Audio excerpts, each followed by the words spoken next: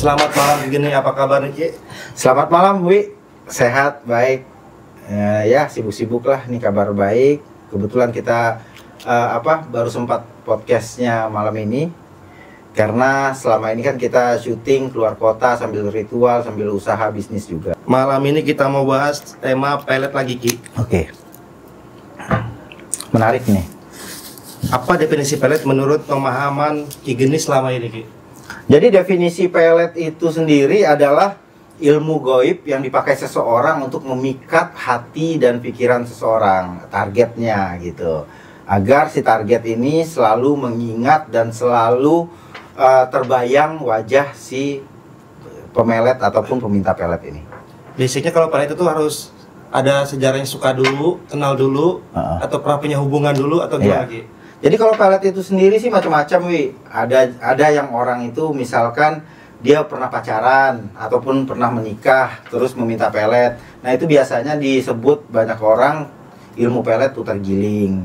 Putar giling sendiri itu memutarbalikkan perasaan dan pikiran seseorang agar mengingat dan ingin kembali seperti keadaan yang harmonis gitu loh. Terus ada juga pelet itu yang definisinya lebih ke arah cinta ditolak. Nah, jadi cinta ditolak, dukun bertindak. Nah itu yang dari dulu mungkin aku juga tahu ya tentang itu, rame lah orang make dukun untuk memelet seseorang yang sudah menolak cintanya ataupun dia sudah effort, sudah keluar banyak, habis banyak, terus dia mengagumi seseorang ini akhirnya melakukan hal goib ini. Nah terus ada juga yang ini bisa dibilang pelet ini sesama jenis. Nah ini yang rame, yang lagi banyak digandrungi ya kan, penyimpangan seks ini. Tetapi di sini ada juga kita melihat dari kerugian yang sudah dikeluarkan ataupun effort yang sudah dikeluarkan, terus tiba-tiba dia cuma dimanfaatkan dan disakiti, terus tidak diterima cintanya gitu. Bagaimana cara kerja pelet dalam mempengaruhi perasaan atau pikiran seseorang itu sendiri Ki? Jadi kalau cara kerja pelet ini lebih ke arah di saat si target ini tertidur, afirmasi ataupun keinginan ini dihantarkan ke alam bawah sadar ataupun saat dia bermimpi. Jadi akhirnya dia mimpi, dari bisikannya, dari perasaannya, dia mengingat si peminta pelet ini. Jadi lebih ke arah seperti orang yang dibisikkan, di telinganya itu selalu diingati namanya. Terus di pikirannya itu selalu terbayang wajah dari si peminta pelet ini. Dan di perasaannya juga itu nggak bakal tenang kalau dia belum ketemu ataupun belum mendapatkan kabar dari si peminta pelet ini. Kembali lagi tuh nanti gimana caranya si peminta pelet itu harus tenang setenang-tenangnya. Berarti sistem kerja nunggu si target itu tidur. Iya, jadi sistem kerja pelet itu bekerja di saat si target ini tidur. Dan dampak dari yang dikirimkan ini akan terlihat setelah dia bangun tidur. Ada nggak sih tanda-tanda fisik atau emosional yang muncul jika seseorang terkena pelet itu sendiri? Ciri-ciri ininya ya. Jadi lebih ke arah orang itu kayak cemas yang berlebihan karena di saat seseorang itu memikirkan si peminta pelet ini yang terus-menerus, akhirnya tuh dia tuh ngelihat muka orang aja itu udah kayak muka pemintanya gitu loh. Jadi misalkan si Awi melet siapa gitu, melihat si B, jadi si B ini bakal ngelihat semua cowok itu muka Awi semua gitu loh. Dan itu bisa lihat sama orang awam aja apa? Semua orang bakal ngeliatin perubahan itu, orang-orang di sekitarnya bakal ngeliat itu. Terus biasanya dia tuh kayak mager, terus juga nggak peduli dengan penampilan, kesehatan. Nah itu yang dampak buruknya. Tetapi bisa di situ makanya ada sistem memanusiakan manusia di saat pelet ini berjalan agar tidak menyiksa seseorang gitu loh. Jadi intinya pelet itu kan untuk ikatan asmara intinya. Iya, ikatan asmara. Apa ada jenis-jenis pelet yang berbeda berdasarkan tujuan atau cara pelaksananya Ki? Sebenarnya untuk pelaksanaannya semuanya sama aja. Tinggal bagaimana sistem yang kita buat di saat ritual. Jadi sistem yang dibuat itu kemana? Misalkan arahnya orang ini pernah punya asmara sebelumnya, pernah punya kenangan indah ataupun udah bertahun-tahun ya. Akhirnya tuh kita ngebuat sistemnya itu ngebangunin ataupun ngebangkitin kenangan-kenangan indah di masa lalunya.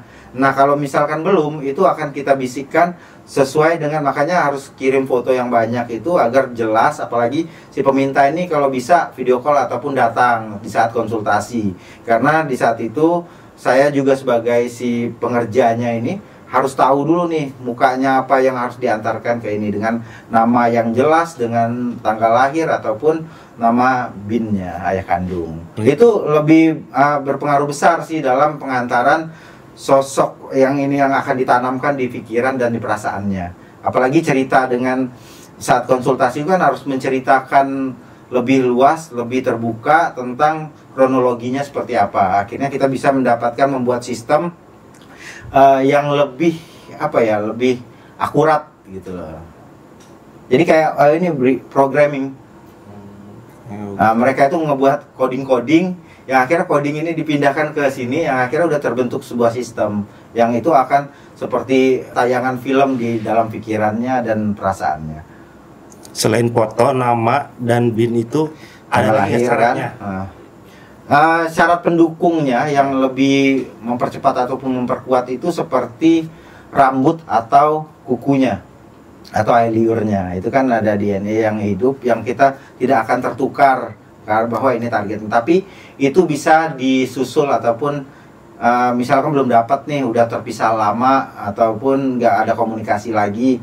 Nah ini setelah target udah bisa ketemu sama kita, baru nanti itu disusul dilanjutkan ritualnya pakai itu.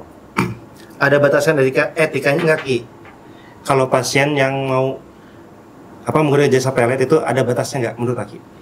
Kalau batasnya sih gue lebih ngebatasin kalau misalkan ini nggak masuk akal, itu gue tolak. Dan contohnya gini, misalkan dia mau meletnya istri orang atau apa gitu, terus dengan tujuan tujuan memanfaatkan gitu, itu pasti ditolak. Tapi kan sering lihat lah, banyak yang kita tolak juga, bahkan dari by phone juga semua kan kita tolak, bahkan kita kasih solusi yang memang ini lebih berguna untuk dia. Jadi tujuan pelet kan digunakan untuk kebaikan juga ujung-ujungnya kan Ki? Ujung-ujungnya gitu, jadi lebih ke arah memanusiakan manusia dan jangan sampai keluar dari norma yang nggak baik gitu. Ya susah sih kalau kita berbicara tentang kebaikan ataupun yang benar, yang ini enggak. Tetapi jangan sampai merugikan orang ini secara mental dan materi gitu loh. Terus ada konsekuensinya nggak Ki kalau pelet ini disalahgunakan?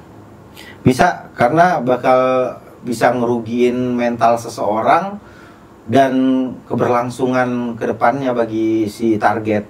Karena bisa membuat orang ini bisa gila dan juga ya kasihan lah. Kalau tata cara ingin menggunakan jasa pelet itu gimana awal-awalnya Ki? Konsultasi dulu atau konsultasi dulu atau gimana? Ya jadi kalau orang misalkan mau konsultasi itu harus dibuka semuanya, masalahnya apa diceritakan, bikin janji temu dulu ataupun bikin janji untuk telepon video call. Itu nanti kita bakal dengerin semuanya, kita bakal pelajari masalahnya, baru kita kasih solusinya. Kalau emang solusinya nggak perlu dipelet, cuman perlu pakai dan lu cuman cukup usaha nih gini, itu bakal kita kasih tahu nantinya. Pesan kayak gini untuk orang-orang yang mau menggunakan jasa pelet.